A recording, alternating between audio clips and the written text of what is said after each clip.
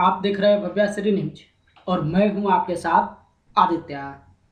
कौन बनेगा करोड़पति के मंच पर 2 दिसंबर को हॉट सीट पर विराजमान हुई थी रेणुका पटन शेट्टी।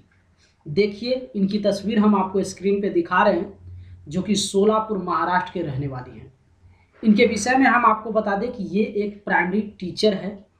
इस वीडियो में आप जानने वाले हैं कि केबीसी के मंच से रेणुका पटन शेट्टी कितनी राशि जीत कर गई हैं।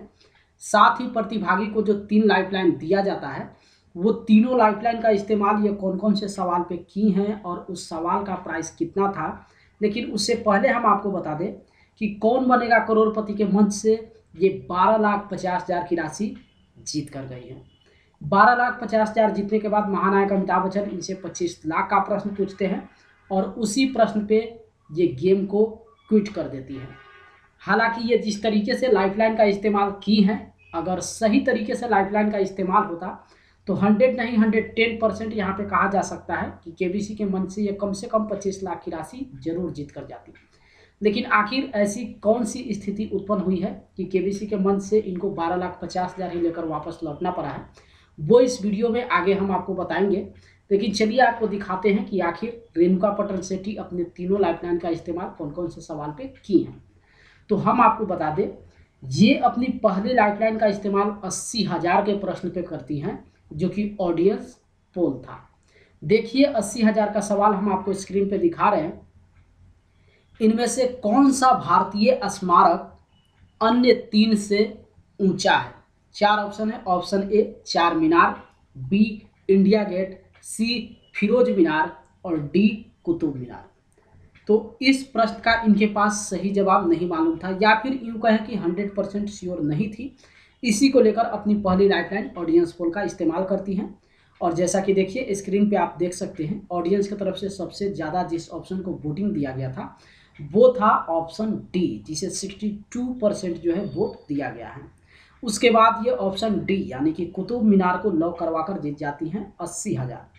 उसके बाद 1,60,000 और 3,20,000 का बखूबी ये सही जवाब देती हैं। और जैसा कि आप लोग जानते हैं कि कौन बनेगा करोड़पति के मंच पे जब प्रतिभागी 3,20,000 जीत जाते हैं तो एक सेगमेंट चलता है जिसका नाम है सुपर संधू। सुपर संधू के दौरान ये 8 प्रश्न का सही जवाब देकर जीत जाती हैं 80,000 और उस 80,000 की राशि को ये अपने बैंक अकाउंट में ट्रांसफर न करवाकर अपनी खोई हुई लाइफलाइन ऑडियंस पोल को फिर से एक्टिव करती हैं। उसके बाद हम आपको बता दें कि ये अपनी दूसरी लाइफलाइन का इस्तेमाल करती हैं 12,50,000 के प्रश्न पे। सबसे पहले स्क्रीन पे देखिए 12,50,000 का सवाल हम आपको स्क्रीन पे दिखा रहे हैं। सौर मंडल के निर्माण के बाद बचे बर्फ और चट्टान के उस क्षेत्र का नाम क्या है जिसका प्लूटो एक हिस्सा है? 4 ऑप्शन है। Option A Hills cloud, option B Oort cloud, option C Kuiper belt और ऑप्शन डी एस्टेरॉयड बेल्ट। यहीं पे ये डिसीजन जो है गलत ले लेती हैं। जो लाइफलाइन का इस्तेमाल करती हैं वो लाइफलाइन जो है इनको आगे नहीं बढ़ा पाता है और इसी को लेकर जो है केबीसी के मंच से ये 12,50,000 की राशि ही लेकर जाती हैं। इस 12,50,000 के प्रश्न पे ये इस्तेमाल करती हैं अपनी दूसरी लाइफलाइन वीडियो कॉल और फ्रेंड का। और जैसा कि देखिए स्क्रीन पे आप जिनको वीडियो कॉल के रूप में देख रहे हैं, इनके विषय में हम आपको बता दें कि इनका नाम है हनुमंत जामदार और ये इनके साथ में पढ़ाते हैं। ये कोई भी इनको ऑप्शन जो है सजेस्ट नहीं कर पाते हैं। जितना टाइम मिलता है वो टाइम भी आउट हो जाता है और ये सोचते रह जाते हैं। टाइम आउट होने के कारण जो है रेणुका पटन शेट्टी को इसी 12,50,000 के प्रश्न पे अपनी एक्टिव की हुई लाइफलाइन ऑडियंस पोल इस्तेमाल करना होता है। इनको ऑडियंस पोल पहले इस्तेमाल करना चाहिए। जहाँ पे ये वीडियो कॉल और फ्रेंड का इस्तेमाल की है, वहीं पे अगर ये ऑडियंस पोल इस्तेमाल की होती तो कौन बनेगा करोड़पति के मंच से 100 नहीं 110% ये कम से कम 25 लाख की राशि जीत कर जाती। जैसा कि देखिए स्क्रीन पे आप देख सकते हैं, ऑडियंस की तरफ से सबसे ज़्यादा जिस ऑप्शन को वोटिंग दिया गया था वो था ऑप्शन सी, जिसे 54% वोटिंग दिया गया है, यानी कि कुइपर बेल्ट। उसके बाद ये ऑप्शन सी को लॉक करवाकर जीत जाती है 12,50,000।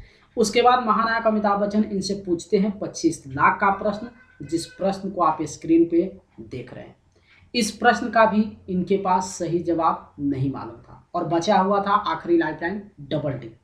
डबल डिप के विषय में जैसा कि आप लोग जानते हैं कि प्रतिभागी तब इस्तेमाल करते हैं जहां वो दो ऑप्शन को लेकर श्योर होते हैं कि अगर एक ऑप्शन सही नहीं होगा तो दूसरा 110% सही हो जाएगा। लेकिन इस 25 लाख के प्रश्न पे रेणुका पट्टन शेट्टी गेम को क्विट करना ही उचित समझी है, क्योंकि अगर वो जवाब गलत हो जाता तो ये सीधे नीचे गिर जाती 3,20,000 पे। इस तरीके से इसी 25 लाख के प्रश्न पे ये गेम को क्विट कर देती हैं और कौन बनेगा करोड़पति के मंच से 12,50,000 की राशि जीत कर जाती है। सबसे पहले 25 लाख का आप प्रश्न देखिए। मुंशी अयंगर फॉर्मूला के आधार पर सितंबर 1949 में संविधान सभा ने क्या स्वीकार किया था? 4 ऑप्शन है। ऑप्शन ए राष्ट्रीय पुष्प कमल, ऑप्शन बी राष्ट्रीय ध्वज तिरंगा, ऑप्शन सी राष्ट्रगान और ऑप्शन डी राजभाषा हिंदी। ये ऑप्शन बी और सी को लेकर जो है कंफ्यूज थी, इनको लग रहा था कि बी या सी दोनों में से कोई जो है एक सही विकल्प होगा, लेकिन चूंकि ये श्योर नहीं थी तो इसी को लेकर ये गेम को क्विट कर देती हैं। और जैसा कि आप लोग जानते हैं कि गेम को क्विट करने के बाद ऑडियंस को इस प्रश्न का सही जवाब बताना होता है, तो रेणुका पट्टन शेट्टी अपने गेस के आधार पर ऑप्शन डी को लॉक करवा देती है, यानी कि राजभाषा हिंदी, जो कि इस प्रश्न का सही विकल्प होता है। अगर ये तुक्का लगाकर इस गेम को खेल गई होती तो यहाँ पे ये जीत जाती 25 लाख, लेकिन ऐसा हुआ नहीं है और इसी 25 लाख के प्रश्न पे रेणुका पट्टन शेट्टी गेम को क्विट कर केबीसी के मंच से 12,50,000 की राशि जीत कर गई है।